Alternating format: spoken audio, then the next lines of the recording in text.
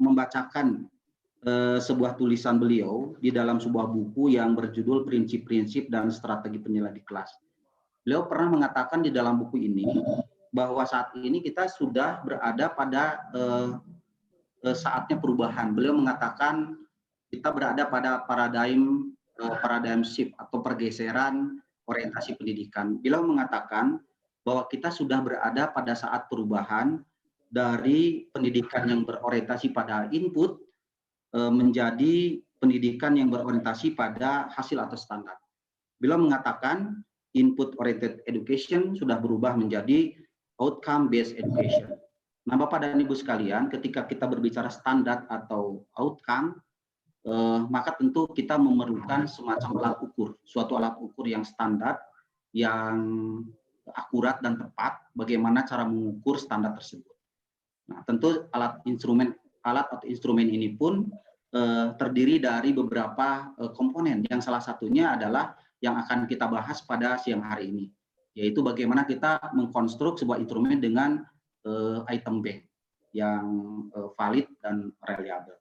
Nah, kira-kira itu Bapak dan Ibu yang akan kita gali informasinya mengenai pengembangan bahasa soal yang akan disampaikan oleh narasumber kita pada siang hari ini, yaitu Pak Bahrul Hayat PhD, yang akan menyampaikan tema tentang apa itu bahasa soal.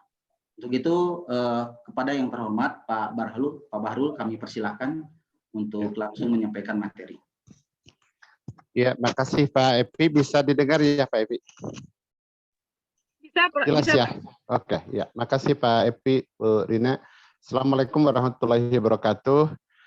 Terima kasih, ini sekaligus saya diminta jadi narasumber dan izinkan saya share ya, Bu Rina.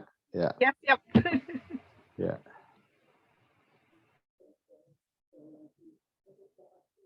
Terlihat ya?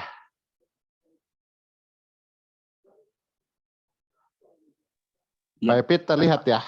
Terlihat Pak. Sudah Pak. Oke. Ya. Makasih. Jadi kita akan membahas dalam 3 kali pertemuan konsep item bank, dan insya Allah sore ini kita akan diskusi tentang apa itu item bank, karena ini pemahaman pertama yang saya kira harus kita sama-sama pahami. Yang kedua, beberapa seri, sekali lagi 2 seri akan mengikuti pertemuan item bank pertama ini, tetapi kita bisa merancang beberapa topik khusus lain nanti kita sesuai dengan kebutuhan dan kesediaan teman-teman. Nah, yang pertama saya ingin sampaikan background historis yang mungkin kita sebagian sudah tahu, bahwa tes standar yang Pak Epi juga sampaikan pertama kali secara formal disepakati munculnya tes inteligensi Binet-Simon di tahun 1905 di Prancis. Itu dipandang sebagai tonggak di mana tes standar di bidang pendidikan dan psikologi dimulai. Saya ingin menyampaikan dari situ. Mengapa? Karena waktu itu Binet dan Simon ini Albert Binet dan Thomas Simon ini 2 orang yang diminta oleh Kementerian Pendidikan di Prancis untuk merancang tes dalam rangka memilah anak-anak yang berkebutuhan khusus. Dalam kali ini mungkin kita sering kenal dengan disability atau disabled student atau special student. Dan kemudian melahirkan tes standar pertama di bidang psikologi dan pendidikan adalah tes inteligensi. Inilah tahun yang sangat monumental bagi kita di dunia pendidikan dan psikologi karena tes secara standar mulai muncul. Kita tahu teman-teman yang mempelajari statistik dan psikometri, berbarengan dengan periode ini juga muncul beberapa tokoh statistik di ilmu sosial, antara lain adalah Spearman dan lain-lain yang juga nanti akan banyak digunakan metodologinya untuk ilmu psikometrika. Jadi hampir 120 tahun lalu kita sudah mulai membangun yang disebut standarisasi dari tes. Nah, apa yang terjadi, isu tentang standar tes pada waktu itu tentu saja yang kita kenal dengan CTT. CTT kita sering menyingkat dari classical test theory, tetapi classical test theory ini memiliki beberapa isu serius yang para ahli psikometri dan praktisi di bidang pengukuran psikologi dan pendidikan merasa ada hal-hal yang tanda petik menjadi kelemahan dari pendekatan ini. Dan lama sekali sebenarnya kalau kita lihat periode ketika 1905 muncul tes standar pertama, dan ini adalah gerakan yang sangat cepat dalam 10-15 tahun berikutnya, kita melihat perkembangan sangat pesat di dunia psikometrika khususnya, dan educational serta psychological testing pada umumnya. Di dunia pendidikan di Amerika ini SAT juga lahir di tahun 20-an, tes untuk masuk perguruan tinggi baik sarjana maupun untuk pasca sarjana itu lahir di periode ini. Pada saat yang sama secara teori juga muncul beberapa temuan dan metode baru di periode 1920-an. Kita tahu yang mungkin kita kenal sampai sekarang, analisis faktor dan seterusnya juga lahir di periode itu. Dan pada periode ini juga pertanyaan terkait dengan classical test theory sudah mulai dimunculkan, terutama salah satunya oleh Thurston. Louis Thurston di Chicago adalah orang yang sangat concern terhadap kelemahan dari teori klasik. Para ahli lama memikirkan ini dan dua sayap muncul. Sayap pertama adalah muncul dari George Rust, pada tahun 60-an ditulis bukunya dengan khusus yang membahas tentang bagaimana sebaiknya kita mengembangkan model yang memenuhi fundamental measurement, konsep pengukuran fundamental. Dan di belahan Amerika juga di luar George Rust muncul para pakar yang meneliti yang kemudian menjadi item response theory. Dua gerakan ini paralel. Kita lihat buku tahun 60 ditulis oleh George Rust, dan kemudian IRT barangkali yang paling monumental adalah buku yang ditulis Lodanovic tahun 68. Dan kemudian setelah itu gerakan psikometrika modern muncul. Nah, Ibu Bapak yang saya hormati, buah dari IRT atau Rust Measurement Model, saya sebut buah adalah karena sofistikasi dari model IRAS maupun IRT dan kecantikan dari sisi teori, ini memungkinkan lompatan baru dari yang disebut tadinya tes standar menjadi pendekatan baru yang berbasis item. Dan item bank system adalah realisasi dari keindahan dan sofistikasi psikometrika modern yang kita kenal dengan IRT dan Rust Measurement Model. Jadi saya ingin memberi background ini cukup lama, dari 1905 sampai 1960-an, hampir 60 tahun kira-kira, para ahli memikirkan perubahan dari tes standar, standardized test, ke dalam bentuk baru yang disebut dengan item banking. Artikel yang paling monumental adalah artikel yang ditulis oleh Bruce Chopin tahun 68, dan ditulis dalam artikel yang sangat monumental pada jurnal ilmiah tingkat tinggi yaitu The Nature. Dan saya kira ini adalah titik awal di mana pendekatan modern dari psikometrika terkait dengan bank soal dimunculkan dalam publikasi ilmiah. Dan saya kira periode inilah awal dari kita melihat serangkaian tulisan, publikasi, dan artikel tentang bank soal muncul di tahun 70-an. Bahkan tahun 80-an beberapa seri dari jurnal terkenal termasuk Applied Psychological Measurement memuat edisi khusus di tahun 84 tentang item bank ini. Nah, itu sekilas background yang saya ingin sampaikan. Jika tahun 60-an adalah kelahiran pertama kata item banking oleh Bruce Chopin, kita hitung sampai sekarang ini juga sudah hampir 60 tahun. Dan kita membahas sesuatu yang sebenarnya, seperti Pak Epi sampaikan, saya mengenalkan ini sudah mungkin 30 tahun lalu, bagaimana sebaiknya kita sudah harus beralih kepada pendekatan modern dan menggunakan item bank system sebagai pengganti dari tes standar biasa.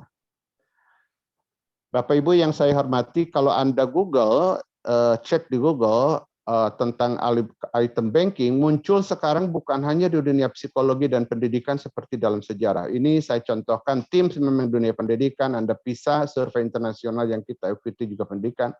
Tapi Promise ini bergerak di dunia lain, di dunia kesehatan. Anda cek juga artikel ada terkait dengan unidimensionally dari anxiety item bank, ini juga di dunia kedokteran. Jadi sekarang penerapan item banking sudah bukan milik lagi sekedar di dunia pendidikan dan psikologi. Nah, lantas apa yang dimaksud dengan item bank? Item bank ini lama muncul, sekali lagi hampir 6 dekade, dan menarik perhatian berbagai pihak, baik swasta maupun pemerintah. Tetapi apa itu Bang Soal? Masih sering diperdebatkan, dan ini tergantung kepada penggunaan dan tujuan orang menggunakan. Tapi saya ingin menyampaikan beberapa kata, beberapa istilah digunakan. Ada question bank, ada item pool, ada item collection, ada item reservoir, dan test item library. Ada banyak istilah. Jadi di luar item bank ada banyak istilah. Tapi izinkan saya membedakan dua hal. Yang pertama, item pool itu disebut item pool atau item collection jika dia hanya kumpulan item yang tidak memiliki data-data psikometrik. Jadi kalau Anda mengumpulkan item dan tes, kemudian disimpan, dikatalogkan, itu hanya sekedar item pool.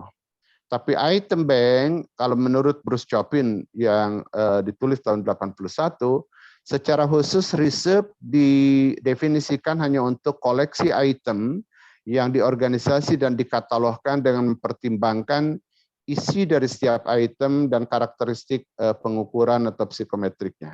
Ini yang lebih formal tahun 81 didefinisikan oleh almarhum Bruce Chopin.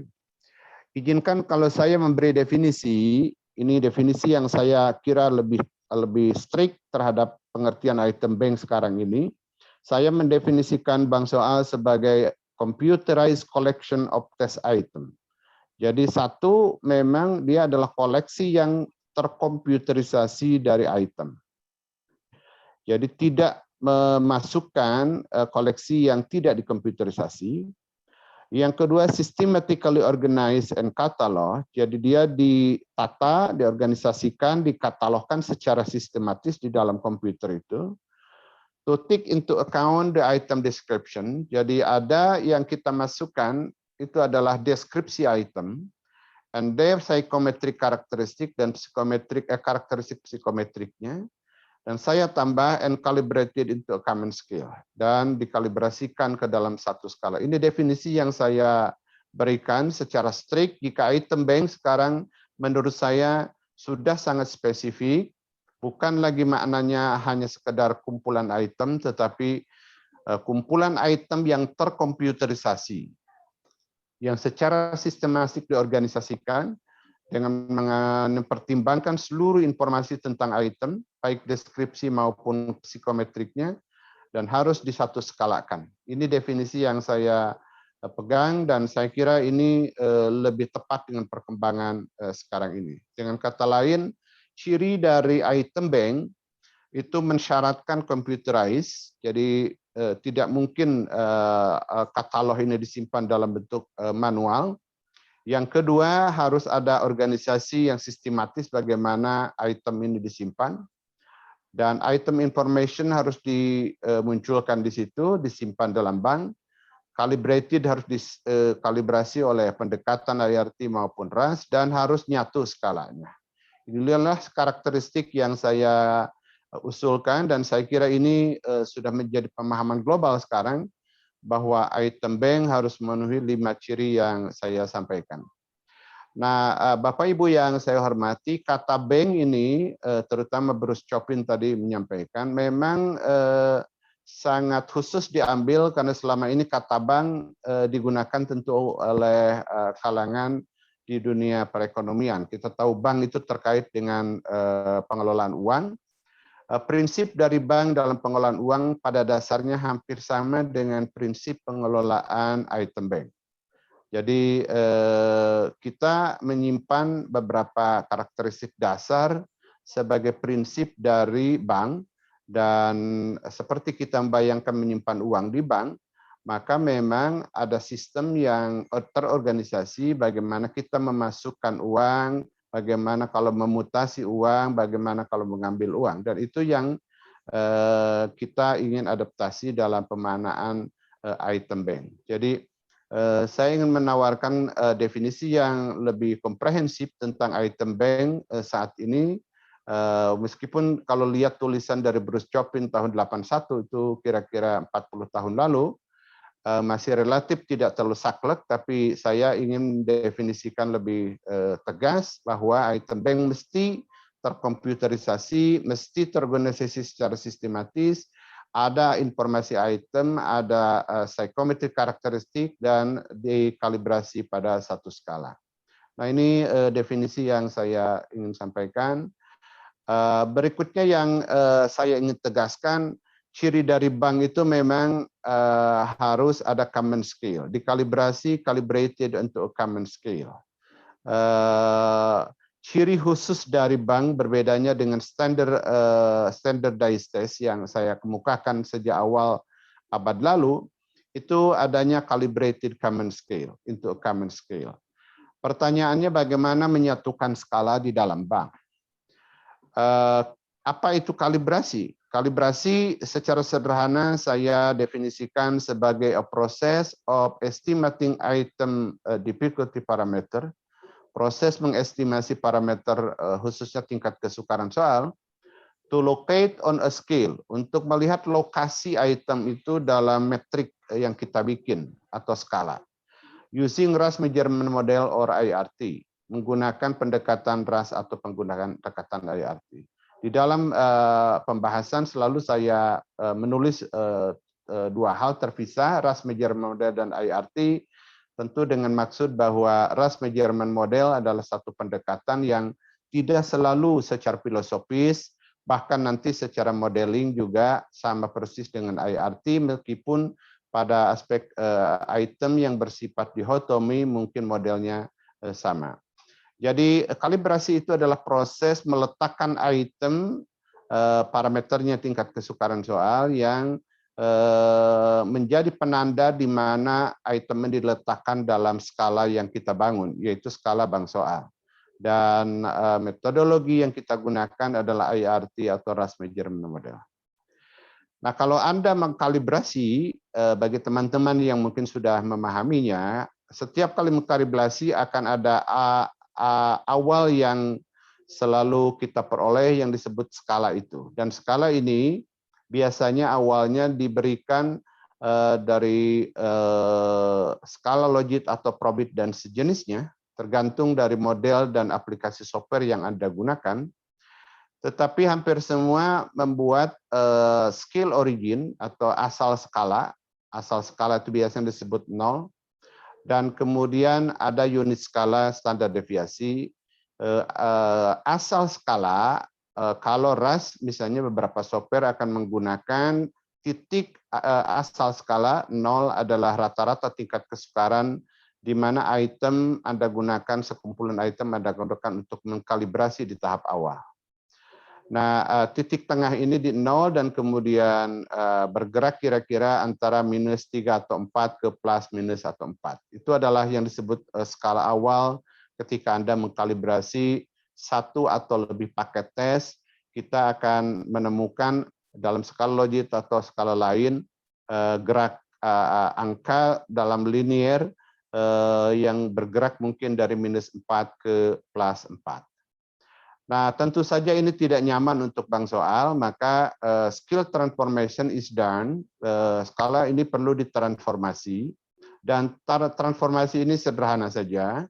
Pindahkan skill origin 0 ke skala angka yang mudah dipahami, dan sekaligus bisa menggeser angka negatif. Karena tadi kalau -4, itu berarti -4 ke +4, bagaimana kita menggeser agar tidak ada minus.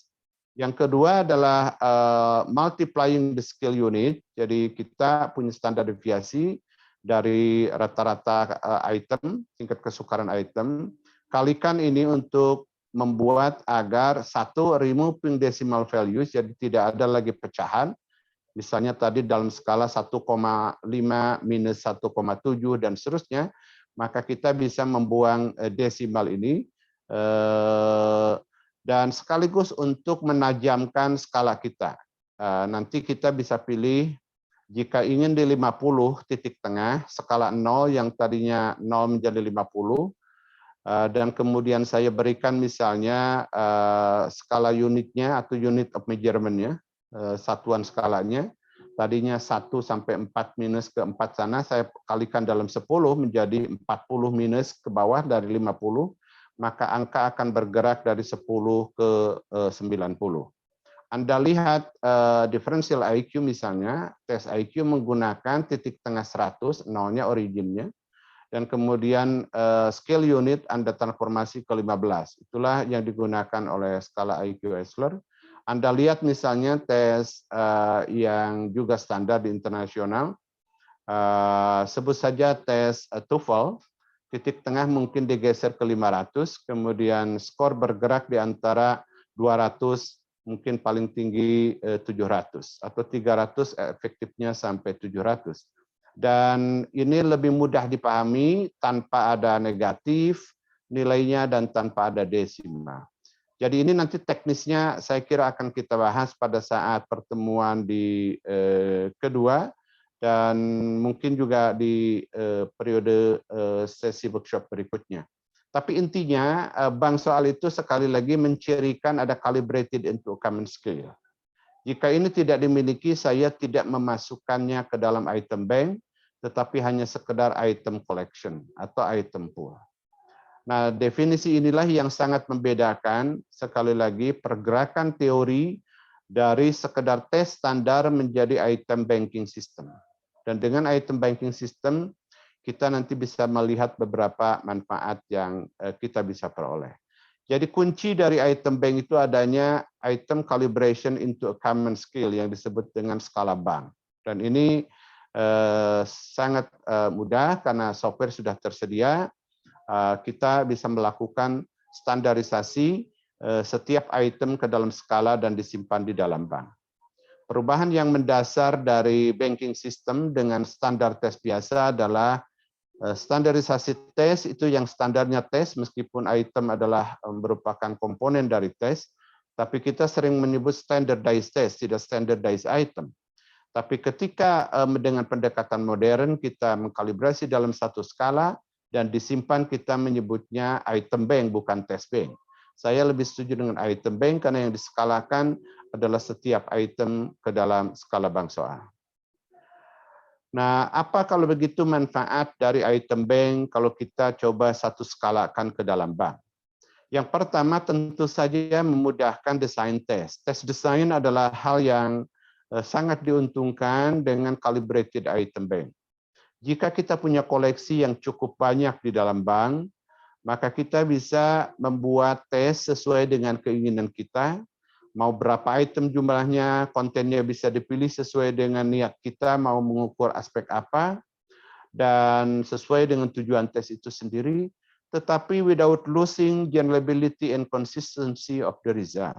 Keuntungannya kita bisa rakit bervariasi tes dari bank ini, tetapi generalizability, pemaknaan hasil akan tetap berlaku kepada keseluruhan konten dari bank. Itu keuntungan dari adanya bank soal. Demikian juga konsistensi karena nanti kita akan lihat pilihan-pilihan dari yang disebut dengan administrasi tes. Semakin canggih kita menggunakan mengoptimalkan bank, konsistensi dari hasil tes juga bisa akan lebih baik. Yang kedua, bank soal memudahkan kita untuk merancang bukan hanya paralel. Selama ini paralel adalah konsep atau paralelisme adalah konsep di dalam teori klasik. Kita tahu konsep reliabilitas didasarkan pada konsep asumsi paralelisme dan tidak mudah kita untuk memperoleh tes yang paralel. Dengan bantuan bank soal yang terkalibrasi, kita dengan mudah merancang tes yang paralel yang memiliki tingkat kesukaran yang baik rata-rata tingkat kesukaran maupun sebarannya kita bisa hampir samakan. Yang kedua, bahkan kita bisa merancang tes yang vertikal, kemampuannya bukan hanya satu tingkat, tetapi tes dirancang dalam beberapa tingkat sesuai dengan kebutuhan peserta tes. Ini sangat membantu. Anda bisa bayangkan puluhan tahun di Amerika menilai kemajuan belajar anak itu menggunakan yang disebut grade equivalent. Ada satu skala yang dibangun untuk mengecek apakah anak yang duduk di kelas tertentu, bulan tertentu, pengetahuan yang telah mereka pelajari, apakah seperti yang mereka harapkan. Dan skala grade equivalent menjadi metodologi yang mereka gunakan. Sangat rumit mengembangkan grade equivalent dan di samping akurasinya rendah. Dengan bank soal vertical form, Anda bisa buat. Anda bisa punya skala dalam bank ini matematika dari SD sampai ke SMA dalam satu satuan skala, dan kapanpun Anda membutuhkan tes untuk SD, tes untuk SMP, Anda bisa rakit. Dan ini keuntungan dari bank soal. Anda tetap tidak akan kehilangan skala karena skalanya bisa Anda satukan dalam bank soal. Yang ketiga, yang paling monumental adalah ada yang disebut dengan Taylor testing atau adaptive testing. Ini tes berbasis individu dan sangat ideal untuk membuat peserta akan memperoleh tes yang adil bagi dirinya, sekaligus juga akurasi dari sisi pengukuran akan lebih baik. Selama ini pengukuran yang terbaik di dunia fisik yang kita ikuti kan adalah yang adaptive testing. Anda tahu kalau punya bayi, untuk mengukur berapa berat badan, timbangan bayi dikhususkan dengan timbangan kita orang dewasa. Karena tidak ada mungkin bayi secara umum yang lebih dari 10 kilogram. Taylor testing itu juga sebaiknya seperti itu. Dan dengan bantuan bank soal kita bisa membuat Taylor atau adaptive testing yang akan disesuaikan dengan kemampuan dari peserta tes at individual basis, dalam basis setiap peserta tes. Yang berikutnya adalah comparability dari hasil. Ini sangat penting. Sebut saja jika kita punya bank soal yang sudah baik untuk kepentingan asesmen kompetensi minimal di misalnya pemerintah melalui Kemdikbud, dari tahun ke tahun tidak mungkin kita menggunakan paket tes yang sama.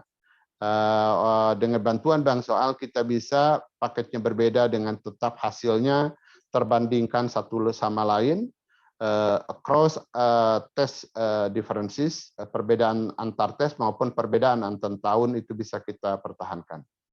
Di atas itu semua bank soal akan memberi quality, reliability, and validity.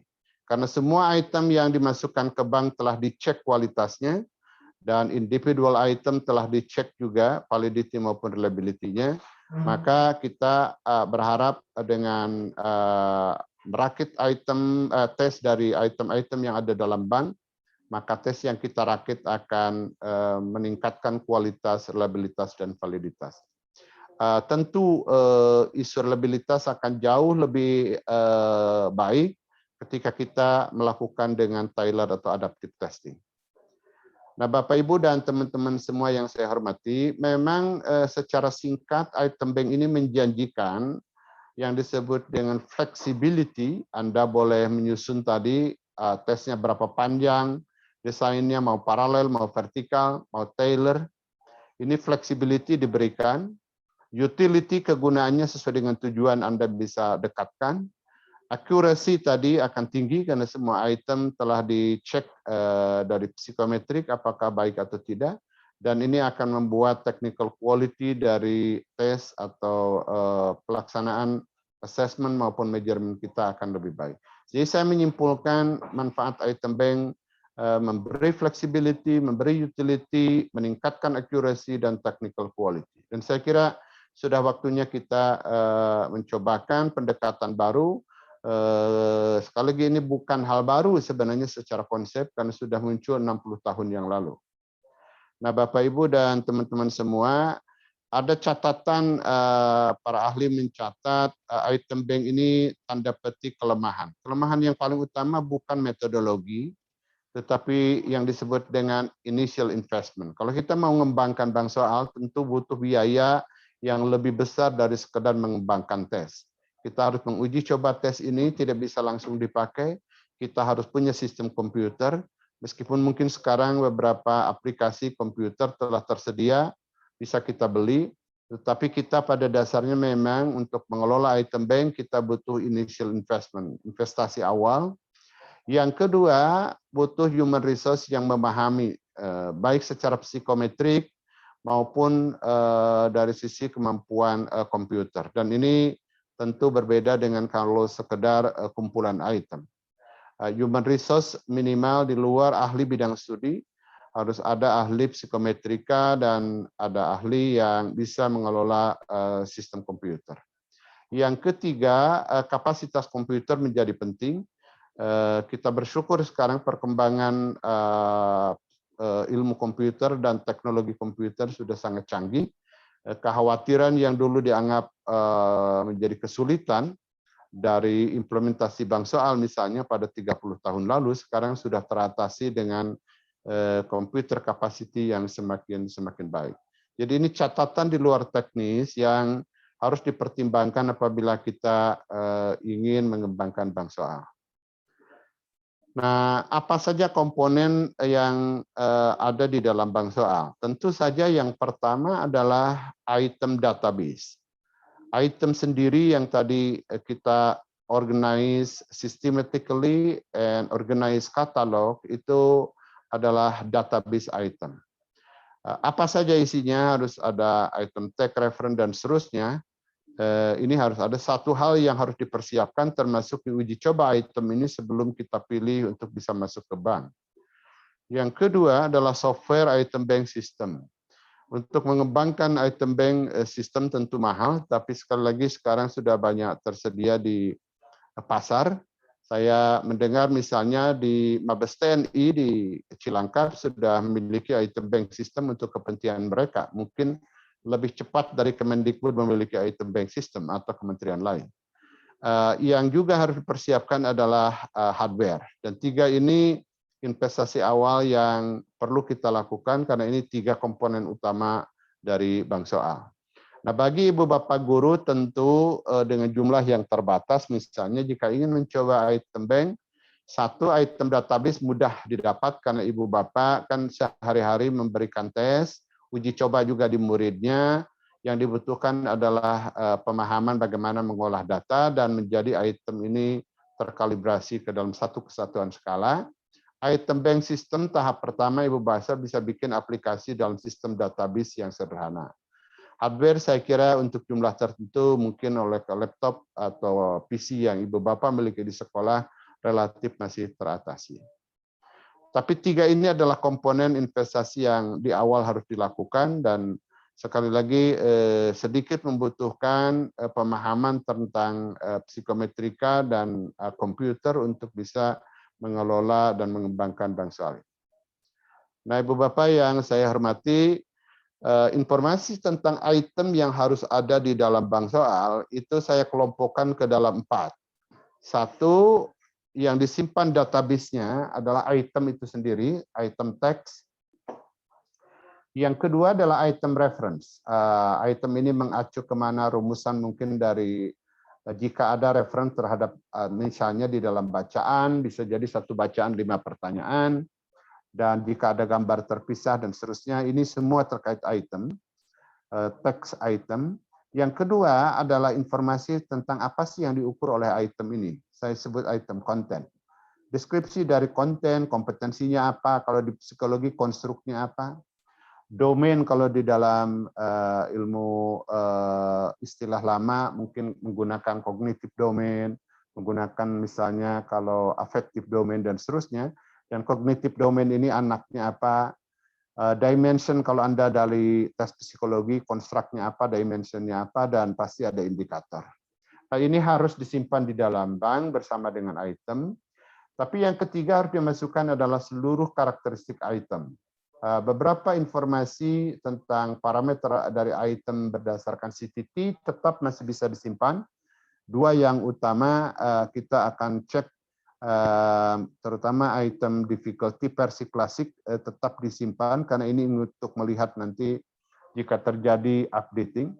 Yang kedua adalah item discrimination bisa tetap disimpan. Jika pilihan ganda, sebaran butir soal untuk setiap opsi bisa disimpan. Yang penting juga adalah dari hasil kalibrasi IRT maupun RAS, item parameter, termasuk fit analysis ada di sini. Jika ada jika ada parameter item lain yang ingin ditambah, tentu bisa ditambah. Termasuk sampel yang digunakan pada saat mengkalibrasi ini juga harus diberikan data di sini supaya kita bisa suatu saat tahu apakah ingin diupdate atau diperluas sampelnya. Nah, yang juga Anda bisa tambahkan adalah penggunaan item. Sejarah item ini pernah dipakai. Ini penting. Jika Anda menggunakan item, misalnya untuk AKM di Kemendikbud, tentu tidak ingin item yang sama nanti muncul tahun ini dan tahun depan 2 kali. Apalagi jika jumlah item lebih dari 1 muncul, itu bisa jadi masalah. Oleh karenanya perlu di dalam bank dicatat item ini muncul kapan, dipakai kapan. Juga respon time terutama rata-rata berapa lama dibutuhkan waktu sehingga estimasi kalau kita merancang tes akan lebih baik. Nah, 4 komponen ini Anda boleh lengkapi, tetapi menurut saya ini sudah komprehensif untuk membangun sebuah bank. Item dengan teks dan referennya ada, apa yang diukur oleh item ada, seluruh item karakteristik dari psikometrik ada, hasil kalibrasi ada di sini, dan penggunaan dari item ini juga ada. Dan saya kira ini yang tadi saya maksudkan item database. Jadi item database harus memuat ini semua, dan dengan kelengkapan inilah nanti kelebihan item bank dalam merancang tes bisa kita optimalkan. Nah, teman-teman dan Bapak Ibu yang saya hormati, bagian akhir saya ingin menyampaikan bagaimana kalau bank ini nanti digunakan, apakah harus selalu berbasis komputer. Saya beri 3 desain tes yang kemungkinan bisa dioptimalkan dari penggunaan bank, kemudian jenis pelaksanaannya seperti apa, dan jenis tesnya seperti apa. Yang pertama, bank soal tetap saya ulangi, tetap bisa merancang tes yang disebut test base. Kita bisa mengassembly, merakit tes with fixed length dengan mau berapa panjangnya, mau 30 item, jadi tes seperti biasa. Jenis testingnya ini tentu saja konvensional. Anda keluarkan dari bank, Anda rakit 1 paket tes. Dan pelaksanaan tesnya bisa paper pencil, bisa dengan bantuan komputer. Komputer hanya memindahkan kertas ke layar. Ini adalah penggunaan level rendah dari bank soal. Jadi kita bisa bank soal hanya menyimpan, tapi pelaksanaan tesnya paper pencil atau dialihkan ke dalam layar. Ini jenis pertama, keuntungan bank soal. Yang kedua adalah kita bisa bergerak lebih baik menggunakan testlet atau booklet, tapi umumnya disebut testlet, base with fixed number. Kita bisa mulai menggunakan kelompok item, dan kelompok item ini dibuat dalam paket-paket testlet yang jumlahnya tidak banyak, misalnya 1 testlet bisa 5 atau 7 item, tetapi akan digerakkan nanti dalam multi-stage adaptive testing. Anda bisa, jika anak bisa testlet 1, lulus, bagus, maka dia bergerak nanti sistem oleh komputer, diberi algoritma untuk bisa bergerak ke testlet yang lebih sulit. Demikian juga ini yang disebut dengan multi-stage adaptive testing. Ini membutuhkan komputer, tidak bisa oleh paper pencil, karena tidak memungkinkan kita online scoring. Yang paling ideal dari bank soal adalah item base with variable number of item. Kita membiarkan orang melakukan tes dan akan diberi tes awal yang kemudian setelah itu akan dilakukan adaptive testing. Item yang akan dihadapi oleh setiap orang yang menghadapi tes ini akan disesuaikan dengan apa respon dia terhadap item yang telah diberikan. Dan inilah yang paling ideal dari pelaksanaan tes yang sesungguhnya, paling adil dari sisi kebijakan, dan meminta adanya computer base. Nah, Ibu Bapak yang saya hormati, sekali lagi beberapa penyelenggara tes yang sangat profesional sudah mulai bergerak ke adaptive testing. Saya dengar Kemendikbud di Pusmenjar akan menggunakan multi-stage adaptive testing untuk AKM. Mudah-mudahan ini menjadi awal, dan itu berarti Pusmeja harus mengembangkan item bank system setidaknya seperti yang saya pikirkan dan saya jelaskan sebelumnya. Saya kira yang terakhir adalah apakah bank ini harus dirawat, dipelihara. Tentu yang disebut dengan item bank maintenance ini penting. Harus terus-menerus dipelihara. Meliharanya caranya apa? Satu, tambah item baru, karena item yang telah digunakan harus sangat diperhitungkan kapan boleh dipakai lagi. Mungkin juga ada item yang harus dibuang jika ada perubahan, terutama dalam coverage dari isi, cakupan isi. Yang paling mudah jika ibu kota Indonesia nanti pindah ke Kalimantan, dan ada pertanyaan apa ibu kota Indonesia, tolong Anda remove, Anda buang jika masih pertanyaannya menggunakan nama ibu kota lama. Dan itu sangat mudah. Banyak item yang tentu akan diadaptasi dalam periode waktu yang cukup panjang, dan inilah gunanya maintenance dari bank soal. Item description mungkin ada yang berubah, karena misalnya kalau Kemendikbud mengembangkan, ada perbedaan peristilahan dari mungkin dulu kompetensi inti, kompetensi dasar, di deskripsinya Anda nanti ke learning outcome, mungkin capaian pembelajaran, itu adalah peristilahan yang Anda harus update. Demikian juga karakteristik psikometrik jika ada kekhususan pergeseran tertentu.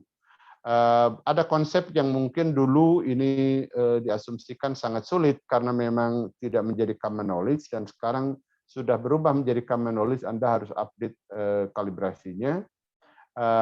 Tentu aplikasi sistem harus selalu disesuaikan, termasuk penyesuaian kapasitas dan kompatibilitas dari hardware dan komputer. Nah, itu beberapa hal yang saya ingin kenalkan pada Anda semua tentang apa itu bank soal. Mudah-mudahan dapat gambaran.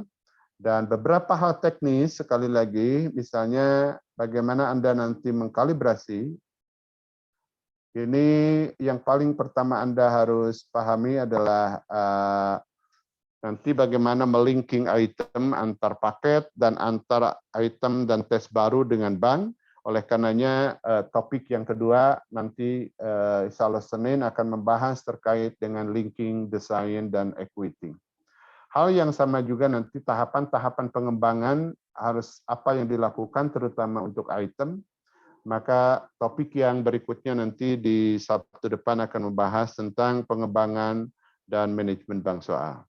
Saya memahami membutuhkan beberapa topik lain yang secara teknis mungkin perlu dikembangkan, termasuk bagaimana mendesain tes, dan banyak buku yang mungkin Anda bisa coba, tetapi pendekatan-pendekatan baik yang dikemukakan oleh RAS Measurement Model maupun IRT mungkin bisa kita adakan pada workshop di sesi yang lain.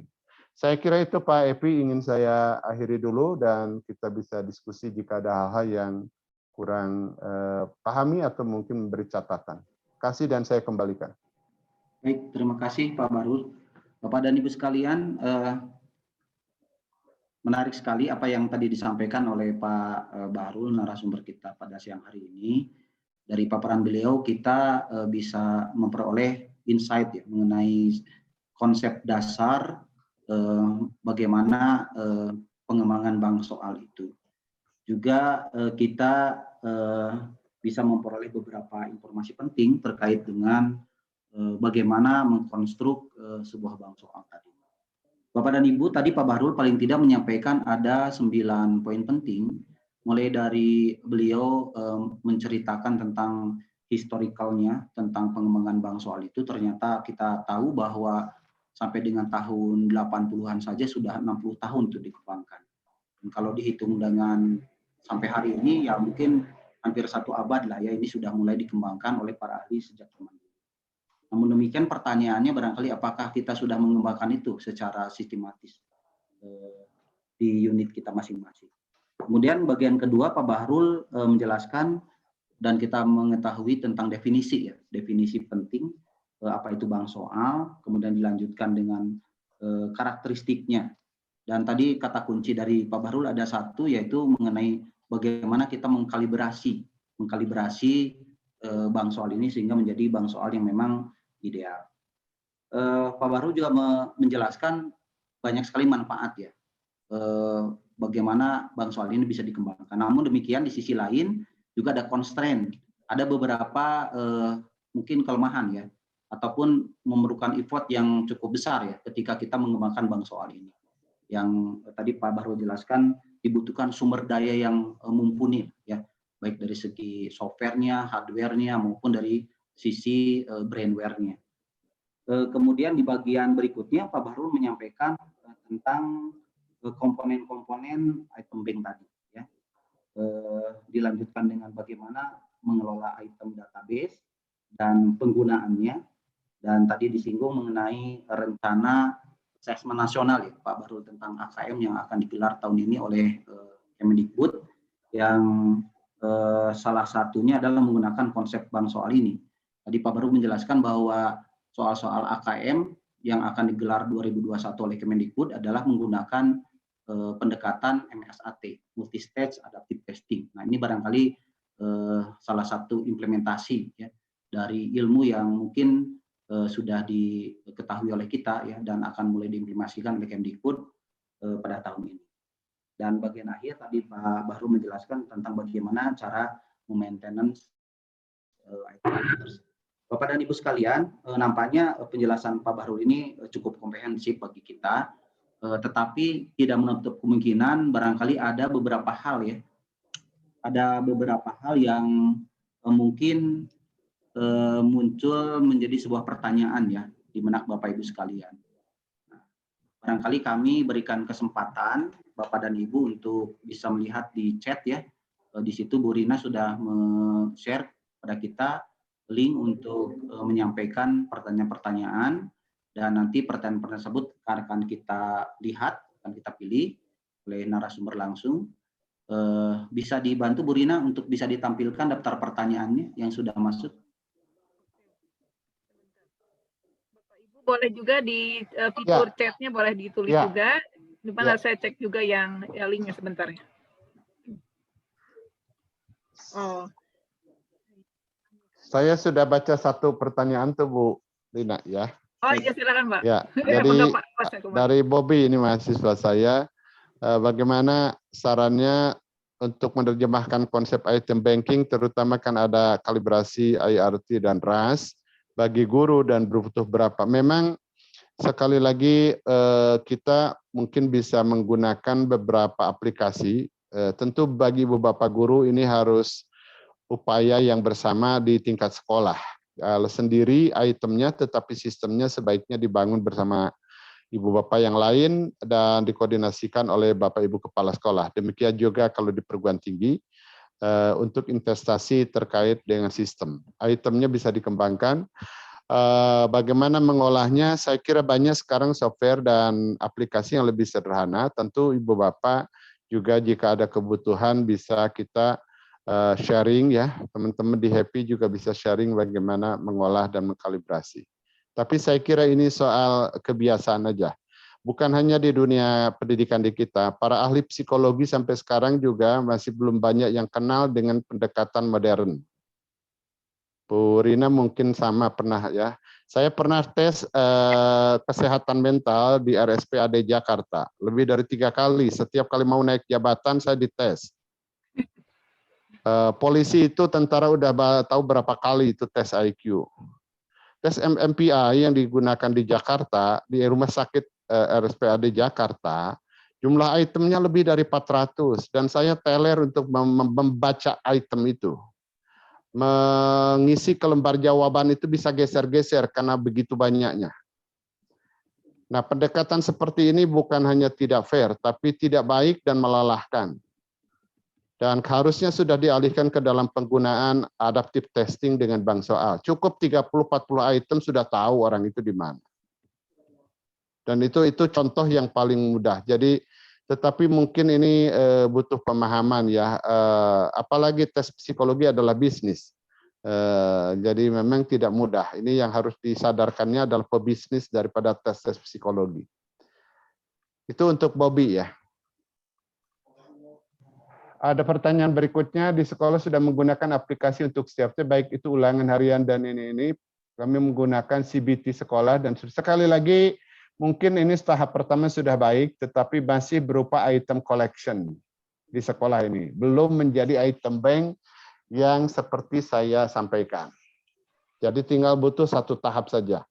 Nanti teman-teman yang punya latar belakang ini bisa membantu. Kemudian bagaimana bank soal yang dapat dengan mudah untuk diterapkan oleh para guru. Sekali lagi ini tadi memang ada butuh sistem di sekolah, jangan sendiri karena mungkin biaya untuk membeli atau mengembangkan sistem butuh biaya. Tetapi itemnya guru matematik pasti bisa bikin itemnya sendiri, uji coba sendiri, nanti ngolah dibantu. Tapi sistemnya saya kira bisa bersama-sama dengan guru lain dan kepala sekolah untuk apakah merancang atau membeli yang sudah jadi. Kemudian terkait item bank untuk soal uraian bagaimana mengukurnya, itu juga sama. Tahun 84 sudah ada artikel di Applied Methodological Measurement. Senior saya Job Master sudah menulis bagaimana menyimpan item yang uraian. Sama aja, tidak ada masalah. Apalagi sekarang komputer sudah memungkinkan ya, apapun bentuk soal dan variasi soal. Jadi itu tidak masalah, alat kalibrasinya juga sudah ada, dan itu bisa dengan mudah sekarang dilakukan. Pak Evi, Prof. Kumaydi mau bertanya Oh langsung. ya, silakan Pak Kum. Ada, makasih Pak Kum bisa hadir. Ya, mohon di unmute. Sebentar, Pak. Sudah, Pak. Silahkan kalau mau di-unmute. Terima kasih. Silakan Prof. Kumaydi. Assalamualaikum warahmatullahi wabarakatuh. Salam, kasih Pak Kum. Terima kasih Pak Ketua. Yuk, enggak. Paparannya sangat mencerahkan. Yuk, Tapi dalam makasih. catatan saya, tampaknya ini kembali kepada yang dicita-citakan oleh pendahulu Pak Bahrul, ya, Pak Yahya. Karena dulu saya di awal Pak Yahya menjabat menjadi bagian dari yang sekarang namanya Menjar ya, Pusmenjar.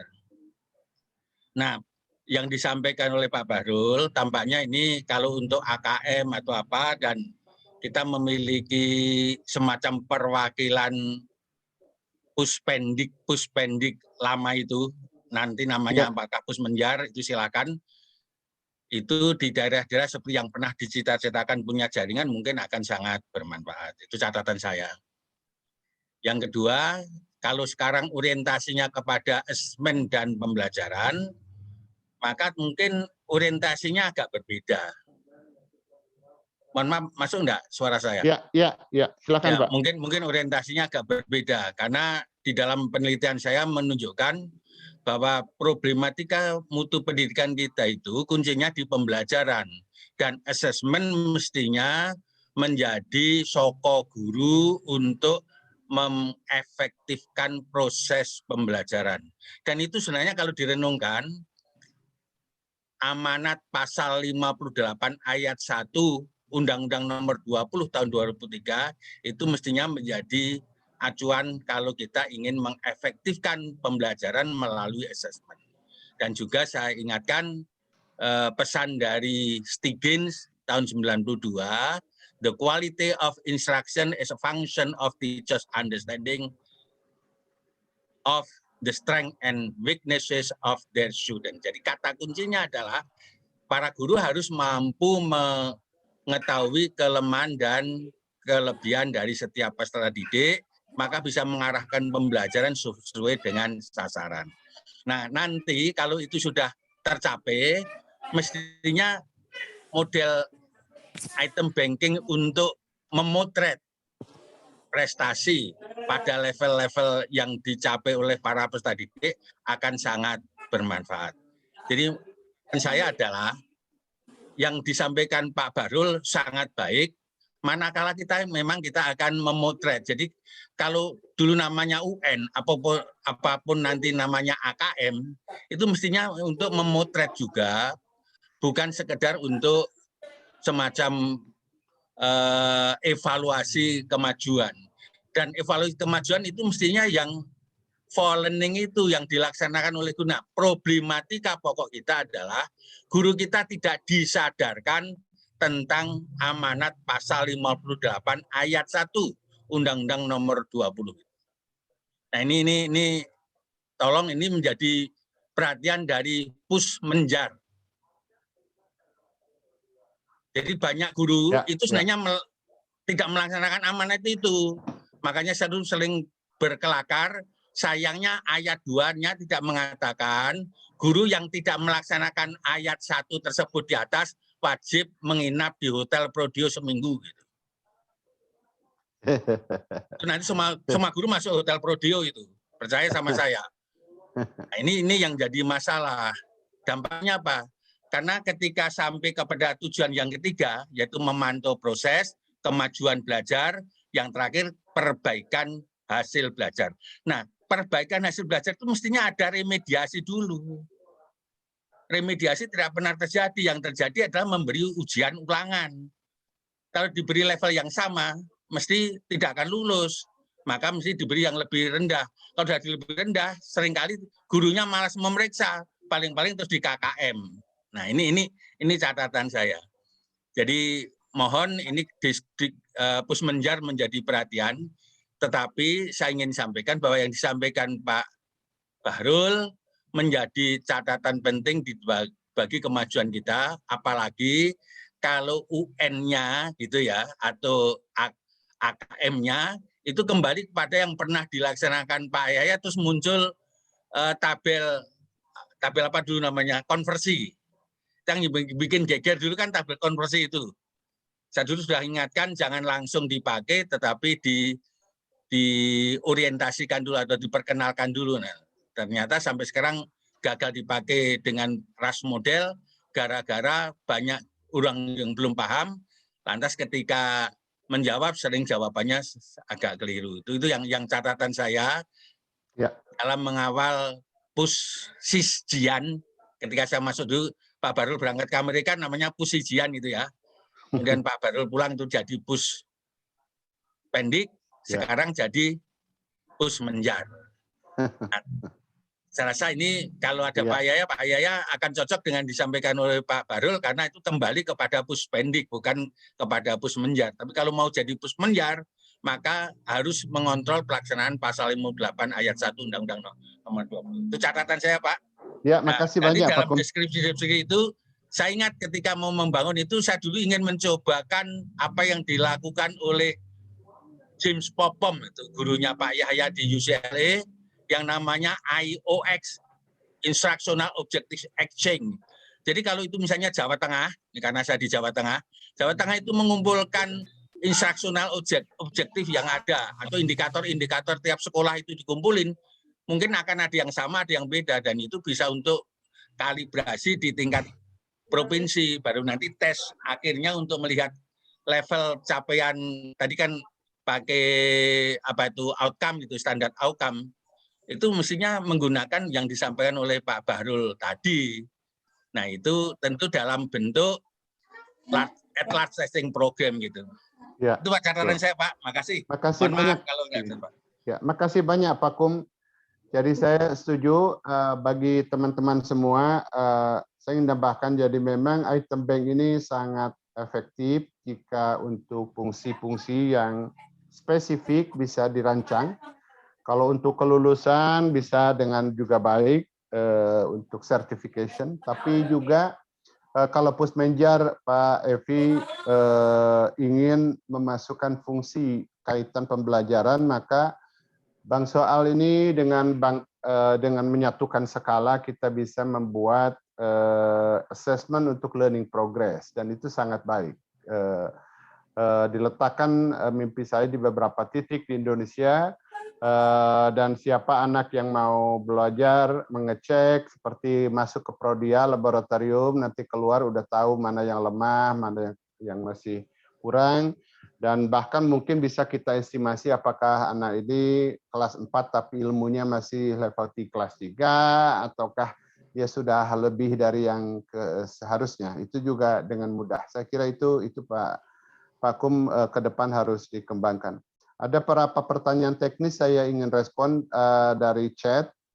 Pak Heri ini bertanya bagaimana dengan tes non kognitif yang biasa dengan disebut typical performance, dan istilah item difficulty itu tidak ada pada tes non kognitif. Jadi istilah item difficulty di dalam psikometri modern baik RAS model maupun IRT digunakan sebagai istilah generik bukan dalam makna ability. Adalah semua item baik kognitif maupun non kognitif, ya, atau dalam bahasa Cronbach yang disebut dengan typical maupun optimal performance.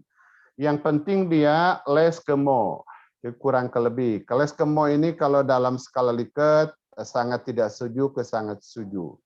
Bisa juga sangat sering ke sangat jarang dan seterusnya. Jadi tidak masalah, peristilahan item difficulty digunakan sebagai istilah generik di dalam IRT maupun RAS, baik untuk item yang kategori typical performance optimal performance atau ability kognitif maupun untuk yang typical performance atau tes non kognitif.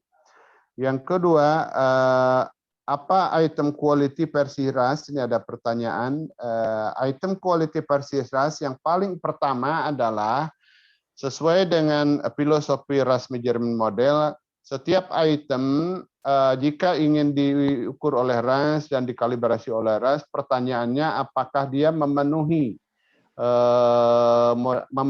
atau memenuhi persyaratan dan memenuhi juga tanda petik model, fit dengan model, cocok dengan model ini. Dan ada nanti indikator yang memberitahu apakah item ini fit atau tidak dengan RAS model.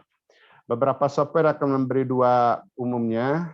Ada yang disebut global fit, item ini cocok atau tidak cocok. Ada yang versi Benjamin Wright, itu lebih detail dengan in fit dan out fit. Tapi dua pola ini sama untuk memberitahu apakah item ini memenuhi tidak aksioma dan konsep yang dibangun oleh RAS sendiri. Jadi itu yang paling utama. Bahwa ada hal-hal lain dari RAS yang bisa ditambahkan itu menjadi bagian penambah saja. Misalnya IRT atau RAS bisa digunakan dengan mudah untuk mengecek item bias atau differential item panggilan dan seterusnya. Tapi itu bukan hal yang utamanya. Yang utamanya kalau untuk RAS misalnya apakah item ini cocok memenuhi dari ekspektasi model. Jika tidak, sebaiknya tidak digunakan. Kemudian ada pertanyaan apakah Happy dapat mengembangkan bank soal. Ini tentu Prof. Kumaydi tadi menyampaikan sangat senang jika masing-masing ingin ada mengembangkan bank. Jika ada kebutuhan pelayanan di Happy daerah, kami pada dasarnya mempersilahkan. Bapak guru, para ahli, pakar, dosen, praktisi bisa bergabung di Happy di daerah untuk mengembangkan ini. Tapi sekali lagi ini membutuhkan biaya dan saya kira akan sangat bagus jika ada kebutuhan dan Happy di UKD daerah-daerah membangun ini. Ada pertanyaan juga yang saya terima dari Bu Mustika, sudah punya beberapa bahan yang sudah diolah di dalam tahapan demi tahapan, apakah nanti bisa disatukan ke dalam bank? Bisa Ibu, jika belum ada kaitan skala, nanti topik akan dibahas pada sesi hari Senin. Jadi jika punya beberapa paket Ibu yang terpisah-pisah, yang dibutuhkan adalah penyatuan skala, dan itu kenapa topik pada hari Senin nanti, topiknya adalah strategi dan desain linking. Untuk mengaitkan tes yang bermacam-macam, berbeda-beda, nanti supaya bisa disatu skalakan ke dalam bank. Jadi Ibu nanti ada tambahan pengolahan data, uji coba saja untuk mengaitkan beberapa paket yang mungkin Ibu sudah terpisah ini. Tapi dengan modal yang sudah ada, saya kira lebih mudah Ibu nanti tinggal membutuhkan data tambahan, tolong didesain sesuai dengan linking desain yang memenuhi persyaratan, dan linking desain akan dibahas topiknya pada hari Senin. Saya kira itu Pak Evi yang saya baca dari, mungkin jika ada lagi. Ada satu pertanyaan tadi yang terlewat mungkin Pak Baru. Ya. Ini bisa tidak item bank ini untuk jenis soal-soal yang non-tes, Pak. Tadi ada pertanyaan di atas. Non-tes itu maksudnya untuk yang praktek ya? Mungkin seperti survei, mungkin begitu, Pak.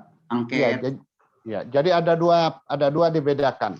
Satu, kalau kita melakukan pengumpulan data atau survei, ada yang kategori measurement, ada yang tidak. Measurement bisa tes, bisa non-tes kan.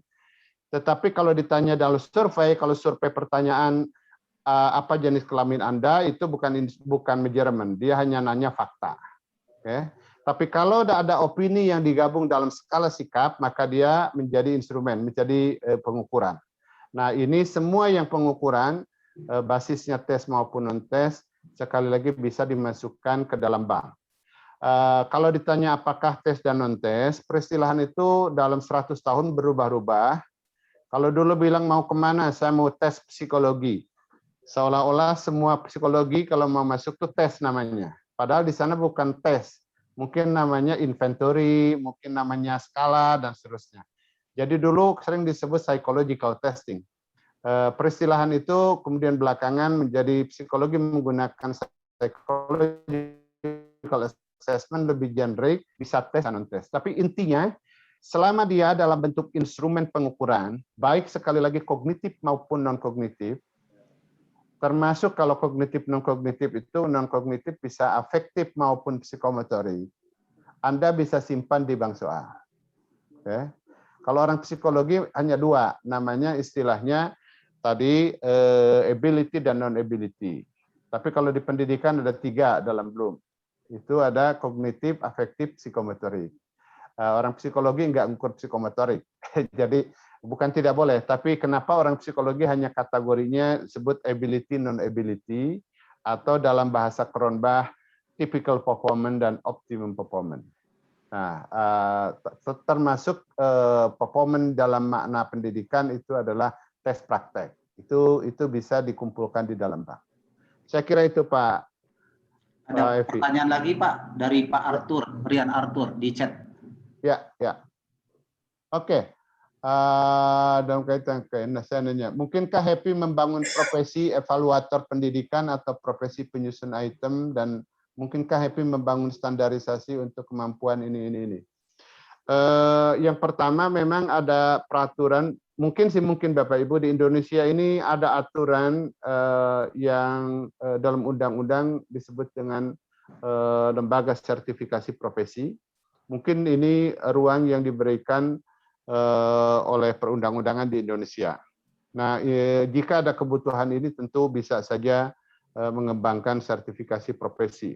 Sebenarnya kalau di beberapa profesi-profesi tertentu memang mensyaratkan, di Indonesia ID kan menjadi persyaratan untuk bisa praktek mesti lulus dari tes yang diselenggarakan oleh ID.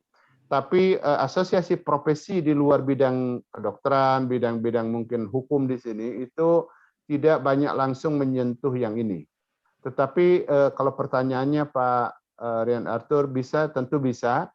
Ini membutuhkan izin, dan saya kira ke depan kita bisa membuat beberapa jenis sertifikasi profesi tertentu. Apakah mau di 2 area besar, yang pertama adalah pendidikan dan psikologi. Untuk pendidikan ini Happy bisa melakukan, jika dengan tesnya psikologi harus bekerja sama kami dengan Apsimetri. Tapi saya kira jika ini ada kebutuhan, kita bisa membuka. Puspendikan sekarang juga, Puspenjar masih membuka jabatan fungsional baru ya, Pak Evi. Mungkin membutuhkan training dan sertifikasi dari lembaga eksternal. Mungkin Happy bisa membantu mengembangkan ini nanti. Baik. Terima kasih Pak Arthur. Terima kasih Pak Bahrul. Melengkapi informasi Pak Bahrul, di Pusmenjar saat ini Bapak dan Ibu sekalian para peserta itu sedang dirintis atau malah sudah keluar SK Menpan-nya untuk profesi jabatan baru, yaitu pengembang penilai pendidikan. Jadi barangkali Bapak dan Ibu yang concern terhadap penilaian bisa mendedikasikan dirinya untuk profesi yang baru ini. Kebetulan Pusmenjar saat ini menjadi lembaga pembina.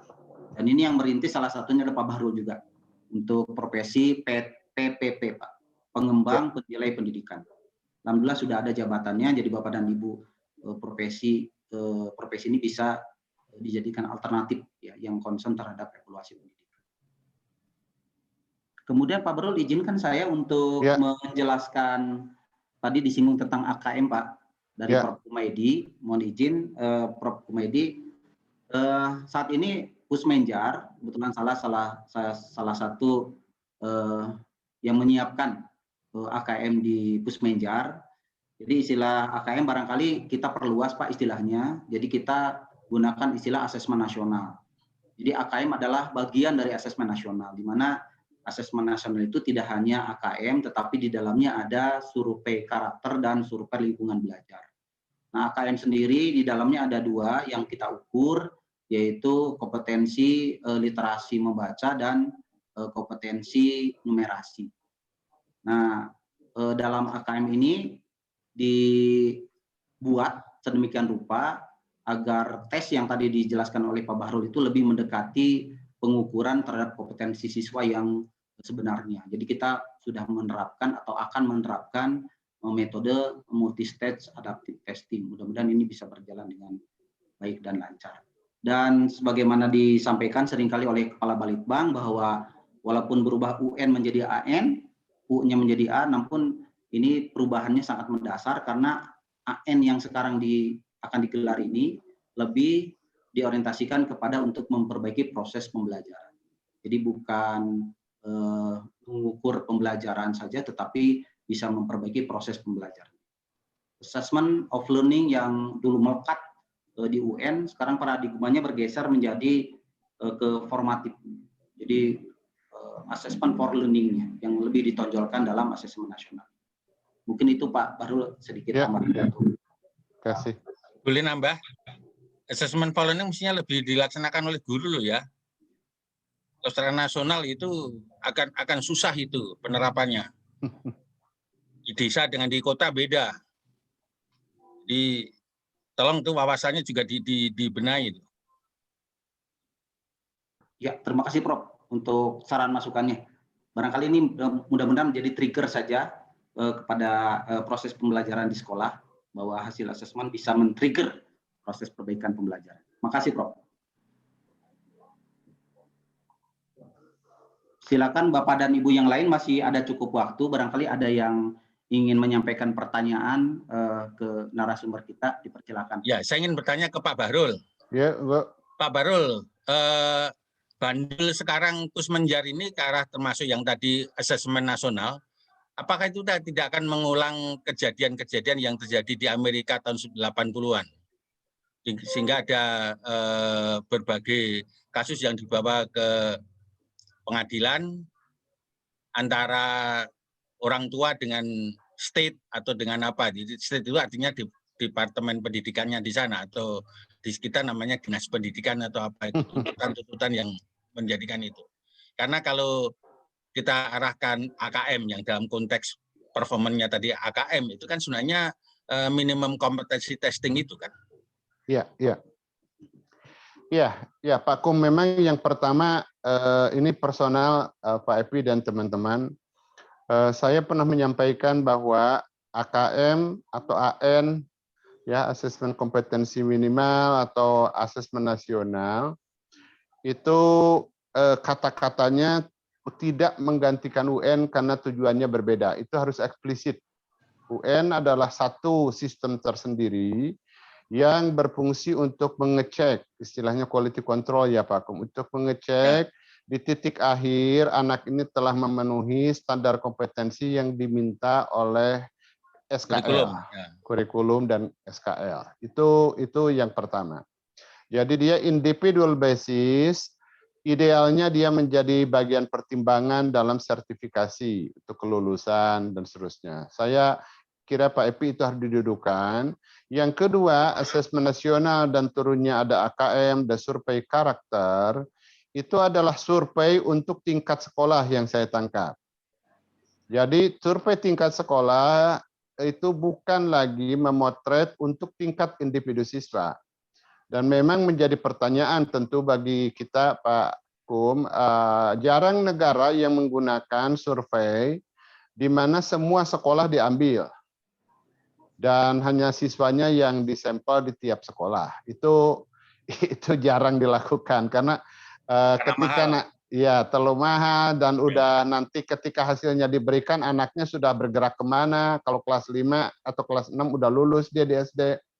Sehingga Pak Epi itu juga pembedanya. Jadi mungkin perlu ke publik diperjelas bahwa ujian nasional ditiadakan dan diganti oleh apa? Apakah kebijakan sekolah dan seterusnya.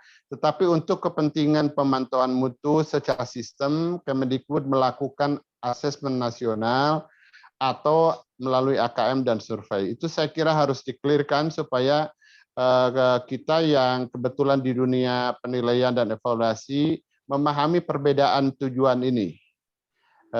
Bukan hanya tujuannya, dan jelas-jelas Kemendikbud juga menerapkan di tingkat yang berbeda, fungsi sasarannya berbeda, walaupun sama-sama akan dicek tentang learning achievement, tetapi pada level yang berbeda juga. Dan itu menurut saya perlu mungkin dari agak luas disampaikan oleh Kemendikbud, oleh Pusmejar khususnya, tentang dua barang ini jangan dianggap seolah-olah ini saya ganti dengan ini. Karena sepatu diganti dengan arloji gitu tuh tidak begitu. Jadi sepatu kalau diganti ya harusnya sepatu gitu. Jadi lebih baik diumumkan UN apakah ada atau tidak ada, apa penggantinya. Untuk kepentingan pemerintah memantau sistem, dia akan melakukan asesmen nasional melalui ini. Saya kira itu catatan saya mungkin bagi Kemendikbud, agar kita ajak dalam peristilahan ini. Saya setuju Pak Kum, memang sekali lagi kedudukan ini harus diperjelas ke publik sehingga apa posisi untuk kompetensi. Jika dia tidak bergerak juga untuk kepentingan individu siswa yang diuji, bukan sekolah atau mikrosistem sekolah, maka sebenarnya tidak bermakna bagi anak langsung, tapi hanya input mungkin bagi sekolah karena anaknya sudah bergerak. Kalau kelas 6 anak udah nggak ada, atau kelas 5 anak udah ke kelas 6 juga. Jadi ini yang mohon apakah dia for learning dalam makna yang luas ya, bukan dalam makna ini gurunya, ini anaknya, bukan. Berbeda dengan Akara atau sistem yang dikembangkan di Australia, ya progres anak diikuti dan nanti treatment dari sekolah melalui guru juga akan ke anak. Tapi yang ini bukan, potret diperoleh di tingkat sekolah dan tolong Anda pahami ini loh potret sekolah. Nanti anak yang akan diajar bukan lagi anak yang kemarin dipotret. Jadi itu yang tidak langsung Pak Kum. Ya sebenarnya ITBS atau ITED itu kan juga bisa diterapkan dan tidak perlu secara nasional kan, itu Ya, misalnya ya. Universitas-universitas yang punya kapasitas untuk itu bisa melakukan. Ya. Sayangnya kacamatanya kacamata kuda itu menurut saya. Ya. Jadi mungkin itu catatan Pak Epi untuk perlu diperjelas ke publik agar tidak membingungkan ya. Saya baca memang berita itu seperti itu. Betul Pak Baru. Ya. Jadi memang asesmen nasional tidak mengukur individu, tetapi untuk profil sekolah atau daerah. Ya. Kata kunci. Zaman Pak Baru juga ada INAP itu kan? Ya ini INAP, tapi INAP dulu INAP atau apapun namanya. Kemarin juga ada aksi kan sebelum ini juga. Dan aksi itu lebih memotret sistem baik pada tingkat mikro di sekolah, kalau mau pada tingkat meso di kabupaten kota dan provinsi. Ya, walaupun saya tahun 19 menentang INAP ya, akhirnya terlaksana. Ya. Saya kira itu yang Pak Epi mungkin harus diperjelas ke publik supaya mereka juga tidak cemas, meskipun yang cemasnya nanti kepala sekolah bukan siswa. Ya, terima kasih Pak Bahrul, Pak Prof Kum dan Bapak Ibu sekalian. Sebelum kita akhiri, barangkali saya masih memberikan kesempatan untuk kembali ke topik awal tentang pengembangan bank soal ini. Barangkali Bapak dan Ibu ada yang ingin bertanya lagi mengenai bank soal, dipersilahkan. 1 atau 2 orang. Baik, tidak ada Bapak dan Ibu. Atau boleh ditambah, deskripsi soalnya itu apa bisa termasuk seperti yang disarankan oleh tahun ini tahun 92 itu Pak Bahrul? Ya. Kalau dengan kapasitas komputer sekarang itu apapun di bank soal sangat mudah ya, sangat menarik. Pak Kum, waktu kita belajar tahun 80-90-an itu membayangkan item bank itu rumitnya, karena tes ini terdiri dari beberapa feature, ada teks, ada gambar, ada apapun gitu. Variasinya sangat sulit dulu. Sekarang itu sudah sangat simpel dan saya kira hampir tidak ada lagi kesulitan. Berbagai bentuk item termasuk deskripsi yang mungkin kalau diperlukan nanti kita membahas khusus, Pak Kum bisa bahas sesi bagaimana pendekatan dengan bank soal untuk membuat interpretasi dalam standar setting. Itu juga hal yang saya kira bisa nanti kita agendakan. Bagaimana pengembangan standar setting untuk penggunaannya, termasuk deskripsi jika kita membuat standar setting dari bank soal. Baik, terima kasih Pak Bahrul, Bapak dan Ibu sekalian. Nampaknya tidak ada lagi pertanyaan dari para peserta. Pak Evi, pertanyaan yang ada di link mau disampaikan? Masih ada? Ada yang kelewat ya? Ada, silakan Bu Rina, silakan. Di linknya saya sudah japri ke Bapak, ada linknya yang di situ. Ya. Oke. Saya share, atau mungkin saya share di sini boleh? Boleh ya, cara ya. Silakan di-share aja Bu. Baru sekarang sebentar. Saya ini dulu, geser dulu. Bisa dipilihkan saja barangkali Bu Rina beberapa pertanyaan yang mewakili. Cara untuk uji coba item yang sekian banyak. Ya, oke. Saya berikan ini. Saya udah lihat di layar, Ibu, saya cobakan ini ya. Pertanyaan bagaimana bank soal yang dapat dengan mudah untuk diterapkan oleh guru. Sekali lagi sebenarnya hanya waktu kalibrasi saja membutuhkan sedikit pemahaman, tetapi tidak harus dalam dan tinggal aplikasi. Bagaimana cara uji coba item yang sekian banyak untuk bank soal? Item akan dikelompokkan waktu uji coba ke dalam paket-paket tab tetap menggunakan paket-paket tes mau 30 mau 40, dan nanti akan ada teknik untuk mengaitkan satu paket ke paket lain. Itu yang akan dibahas pada pertemuan workshop di hari Senin yang disebut dengan linking design, mengaitkan antar paket. Jadi uji cobanya tetap berdasarkan paket-paket karena tidak mungkin juga anak mengerjakan atau peserta mengerjakan sebanyak-banyaknya. Kita harus memaket, tetapi akan antar paket akan dikaitkan supaya nanti bisa disatu skalakan. Jika kita punya item dalam bank 200-300 dan ingin nambah, maka nanti mungkin di penjelasan hari Senin, Bu Wati akan menjelaskan kita bisa mengambil item dari bank untuk diengkerkan, dijangkarkan pada item baru. Tadi evaluator udah dari bagaimana membuat item instrumen yang baik, saya kira umum. Ini ada pedoman, di Pusmendik ada untuk achievement test. Ibu Bapak bisa mendownload lewat link Pusmenjar, pedoman penulisan soal. Pak Epi pasti masih punya banyak bahan ini. Bagaimana implementasi dalam pembelajaran di sekolah, sekali lagi ini bikin dulu bank soalnya, nanti bisa digunakan untuk mengukur kemajuan belajar siswa. Jadi guru mirip klinik, tinggal anak suruh duduk di komputer, kapan dia siap nanti akan keluar langsung di print hasilnya dan tahu mana yang masih belum dikuasai. Kemudian software apa yang bisa digunakan pengembang bank soal? Kalau untuk kalibrasinya ada banyak ya, berbasis RAS maupun berbasis IRT. Jadi kalau Ibu klik di Pusmenjar ada mungkin WinStep, ada dulu Itemen untuk klasiknya. Kemudian ada juga Quest, ada banyak Ibu. Sekarang kalau di download beberapa yang lama gratis, yang baru mungkin harus bayar. Peluang untuk kebijakan dalam teori, saya kira Pusmenjar sudah mengikuti dan ini akan dicobakan dalam AKM untuk menerapkan tadi multi-stage adaptive testing. Ujian akhir di sekolah sangat baik kalau ada yang mencobakan, mudah-mudahan teman happy di daerah bisa membantu. Dan kalau ada, tolong bisa disampaikan pertanyaan oleh Happy. Tadi item bank bisa untuk makna non-test, skala yang untuk typical performance. Contoh pengembangan bank soal ada panduannya di Puspendik yang pernah saya kembangkan tahun 90-an, mungkin Pak Evi bisa diberikan. Apakah tes diagnostik bisa? Ya tentu sangat mudah, Ibu, bahkan sangat baik kalau diagnostik dilakukan dengan bank. Karena nanti akan lebih detail, termasuk konsistensi dari peserta ini dengan bank soal nanti bisa dilihat.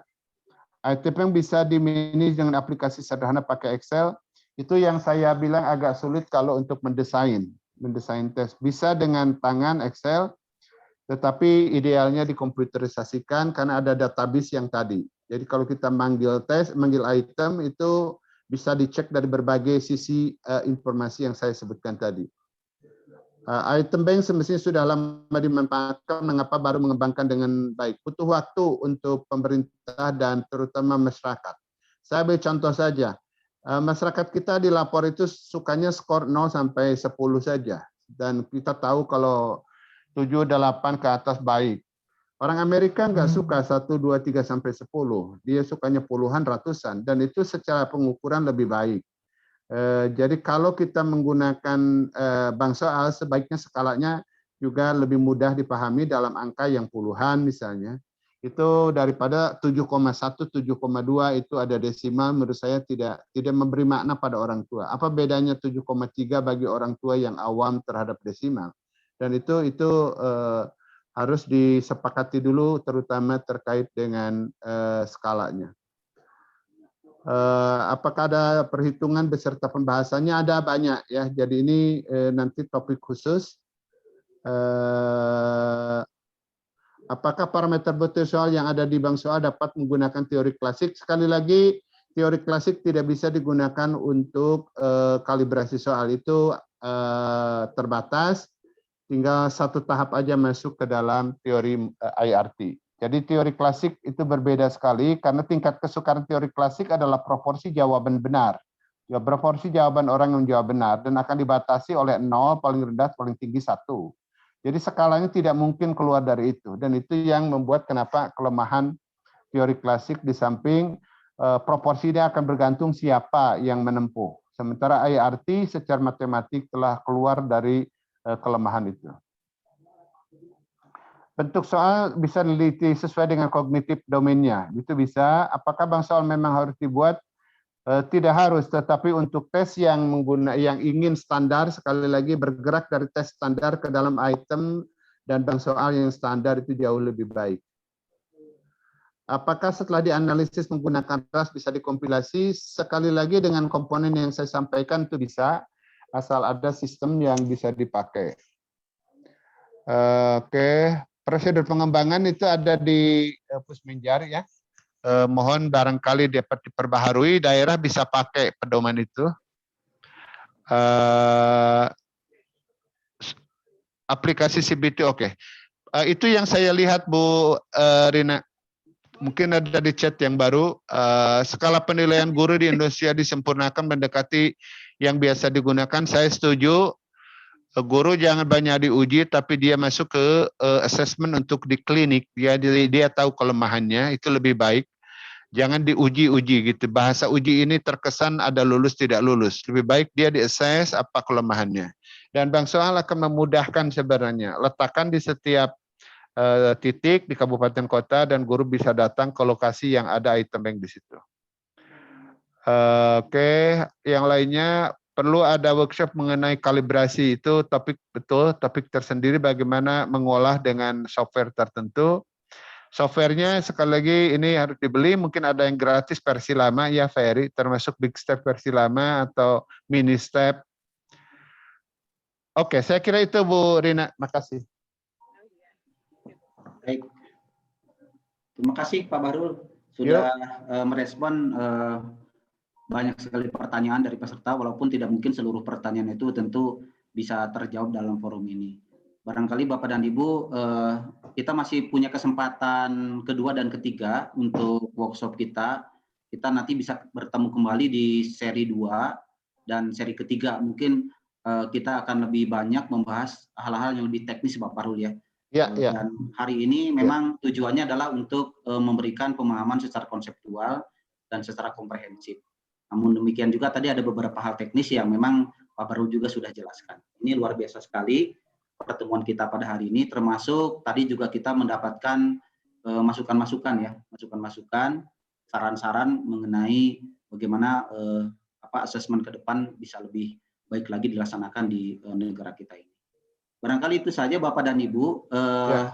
pertemuan kita untuk seri 1 ini membahas tentang konsep apa itu bank soal, dan pada intinya apa yang dapat kita petik dari pertemuan kita pada sore hari ini adalah kita bisa membedakan kumpulan soal dengan bank soal. Ada beberapa hal yang harus dipenuhi apabila kita ingin membentuk atau mengkonstruk sebuah bank soal. Seperti yang tadi Pak Bahrul jelaskan. Yang salah satunya adalah harus ada kalibrasinya. Kalibrasi butir-butir soal. Barangkali ini memerlukan keterampilan khusus dari kita untuk bisa bagaimana melakukan kalibrasi tersebut. Dan pada pertemuan kedua, mudah-mudahan nanti kita dapat informasi dan pencerahan dari narasumber yang kedua dari Ibu Rahmawati mengenai bagaimana mengkonstruksi soal tes secara teknis. Dan pada seri ketiga akan lebih luas lagi nanti bagaimana mengelola bank soal itu. Bapak dan Ibu sekalian yang berbahagia, alhamdulillah pertemuan kita pada sore hari ini sangat produktif ya, walaupun ini hari libur, tetapi dengan semangat kita untuk terus menuntut ilmu, mengasah diri, meningkatkan kompetensi dan skill kita khusus dalam evaluasi pendidikan ini, mudah-mudahan bisa bermanfaat ya untuk menunjang profesi kita masing-masing dan juga untuk meningkatkan mutu pendidikan di negeri yang kita cintai ini. Terima kasih banyak Pak Bahrul sudah Terima kasih Pak Evi, terima kasih Pak Kum dan semua teman-teman para senior juga hadir mungkin. Terima kasih atas perhatian dan keikutsertaannya. Mohon maaf jika ada hal yang kurang berkenan, dan saya akhiri. Assalamualaikum warahmatullahi wabarakatuh. Waalaikumsalam. Terima kasih banyak Pak Bahrul. Untuk selanjutnya Bapak dan Ibu sekalian, kita akan akhiri pertemuan ini. Saya kembalikan kepada Bu Rina, namun sebelumnya itu saya menyampaikan permohonan maaf apabila ada hal-hal yang kurang berkenan selama saya memimpin diskusi pada siang hari ini. Terima kasih. Saya akhiri. Assalamualaikum warahmatullahi wabarakatuh. Silakan Bu Rina. Terima kasih. Ya, terima kasih kepada Pak Bahrul Hayat juga Pak Evi Yana yang sudah memandu kegiatan diskusi dan workshop kita kali ini. Baik Bapak dan Ibu, saya kira untuk hari ini kita cukupkan sampai di sini. Berkaitan dengan ada diskusi-diskusi lainnya, boleh nanti kita buka di grup WA peserta untuk kita diskusikan hal-hal yang berkaitan dengan materi kita hari ini. Dan jangan lupa Ibu dan Bapak silakan diisi link presensinya atau link daftar hadir umpan baliknya. Di sana nanti Ibu dan Bapak sampaikan juga beberapa pertanyaan, juga nanti bisa diangkat di pertemuan kita selanjutnya gitu. Dan beberapa inspirasi yang kami harapkan untuk kegiatan ke depan itu ada di link tersebut, silahkan diakses. Untuk link materi nanti kami akan kumpulkan seluruh materi yang berlangsung selama 3 kali pertemuan ini dalam satu link yang bisa diakses, nanti kita share gitu seperti itu. Dan juga untuk tugas-tugas lainnya barangkali nanti barangkali Pak Bahrul mau memberikan kami tugas, misalnya ada buku yang harus kami akses atau baca, bagaimana Pak? Yang paling pertama adalah mungkin Ibu Bapak sangat baik untuk merisum, melingkas apa bahan yang saya sampaikan. Itu yang paling penting, biasanya merecall apa yang telah kita dengar, telah kita baca, itu membantu lebih memahami. Jadi saya mohon Ibu Bapak mungkin bisa menuliskan apa resume dari yang saya sampaikan, itu untuk mudah memahami dengan cara menuliskan kembali apa yang kita dengar dan kita baca. Terima kasih Pak Bahrul. Bapak Ibu nanti tugasnya membuat catatan ya, resume untuk materi kita hari ini, dan nanti diupload, link uploadnya nanti akan kami share. Demikian Ibu dan Bapak dari kami, mohon maaf sebesar-besarnya atas segala kekurangan atas pelayanan kegiatan hari ini. Dan kami ucapkan terima kasih banyak untuk Bapak narasumber, moderator, juga Bapak Ibu sekalian. Kita akhiri Bapak Ibu dengan sama-sama membaca hamdalah. Alhamdulillah. Terima kasih Pak Evi, terima kasih. Assalamualaikum warahmatullahi wabarakatuh. Salam. Terima kasih Mas Putra, Mas Dika dari Pusmenjar yang sudah memfasilitasi pertemuan virtual ini. Terima kasih Mas Dika. Sama Pak Evi. Saya YouTube ya. Ya. Jangan lupa di recordingnya ya, Dik. Siap Pak Evi. Oke.